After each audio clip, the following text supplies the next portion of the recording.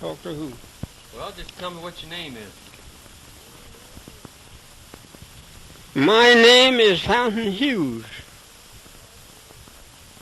I was born in Charlottesville, Virginia. My grandfather belonged to Thomas Jefferson. My grandfather was 115 years old when he died. And now I am 101 year old. That's enough. She used to work, but what she made, I don't know. I never asked her. You just go ahead and talk away there. You don't mind, do you, Uncle Fountain? Now, now your husband and you both are young. You all try to live like young people ought to live. Don't want everything somebody else has got. Whatever you get, it is yours. Be satisfied. And don't spend your money until you get it. So many people get in debt. Well, it's just cheap, and I bought it. You spend your money before you get it because you're going in debt for what you want. When you want something, wait until you get the money and pay for it cash. That's what I've done. If I wanted anything, I waited until I got the money and I paid for it cash. I never bought nothing on time in my life. Now, plenty of people, if they want a suit of clothes, they go to work and they buy them on time. Well, they said it was cheap. If you got the money, you can buy them cheaper. They want something for waiting on you for till you get ready to pay them. And if you got the money, you can go where you choose and buy it when you want it. You see? Don't buy it because somebody else go down and run a debt and run a bill, or I'm going to run it too. Don't do that. I never done it. Now, I'm 100 years old, and I don't owe nobody 5 cents. I ain't got no money either. I'm happy, just as happy as somebody that got millions. Nothing worries me. My head ain't even white.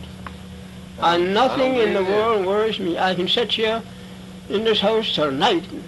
Nobody can come and say, Mr. Hughes, you owe me a quarter, you owe me $1, you owe me 5 cents. No, you can't. I don't owe you nothing. Why? I never made no bills in my life. And I'm living too. And I'm 100 years old. And if you take my advice today, you'll never make a bill. Of course, what you want, give me money, pay them cash. And then the rest of the money is yours. But when you run a bill, so much and so much, and you don't have to pay nothing down. It's all, and when you come to pay, it's all, you have to pay no more. But they'll charge you more. They're getting something out of it, else they wouldn't trust you. But I can't just say what they're getting. But they're getting something out of it, else they wouldn't want your credit. Now, I tell you that. Anybody that trusts you for $2 or have an account with them by the month or by the week, store account or any account, they are getting something out of it. Else they don't want to accommodate you that much to trust you. Now, if I want, of course I ain't got no clothes, but if I want some clothes, if I ain't got no money, I'm going to wait till I get the money to buy them. Indeed I am. I'm not going to say, of course, I can get them on trust. I go down and get them. I got to pay $1 more anyhow. They'll either charge more if they say taxes are so much. But if I got the money to pay cash up, if I pay the taxes all down cash, then it's all done. So many colored people is head over heels in debt. Trust them. Trust. I get it on time. They want a set of furniture. Go down and pay down so much and rest on time. You done paid for them then. When you pay down so much, you may charge you $50 for $100 for a set, and you pay down $25 cash. You done paid for them. That's all it was worth, $25. And you pay. Now I'm $75 in debt now because I have to pay $100. That's it, and it's only worth about $25. But you bind on time. But people ain't got sense enough to know it. But when you get old like I am, you come in and think, well, I have done wrong. I should have kept my money until I wanted this thing, and when I wanted, I take my money and go pay cash for it. Else I do without it. Yes, suppose you want a new dress. You say, well, I'd buy it, but I don't need it. but I can get on time. Well, let's go down to the store today and get something on time. Well, you go down and get dressed on time, something else, and that, I want that, you sell that to you on time. You don't have to pay nothing down. But there's a payday coming. And when the payday comes, they want you to come pay them. If you don't, they can't get no more. Well, if you never do that, if you don't start it, you will never end it.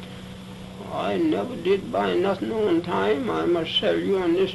I'm sitting right here now today, and if it's the last word I've got to tell you, I never even much as tried to buy a shirt on time.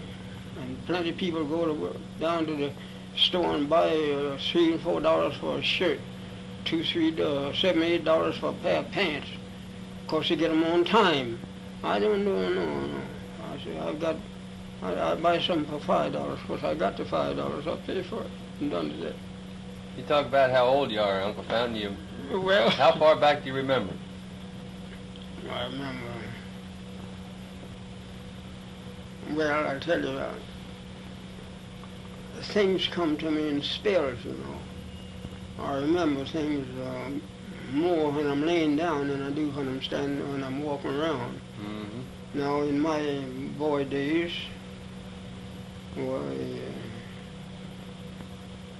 boys live quite different from the way they live now. But boys wasn't as mean as they are now either. Boys lived to... They had a good time, and the masters didn't treat them bad, and they was always satisfied. They never wore no shoes until they were 12 or 13 years old. And now people put on shoes on babies, you know, when they're a month old. I don't know how old. Put shoes on babies. Just as soon as you see them out in the street, they got shoes on. I told a woman the other day, I said, I never had no shoes till I was 13 years old. She said, what, but you bruise your feet all up and stump your toes?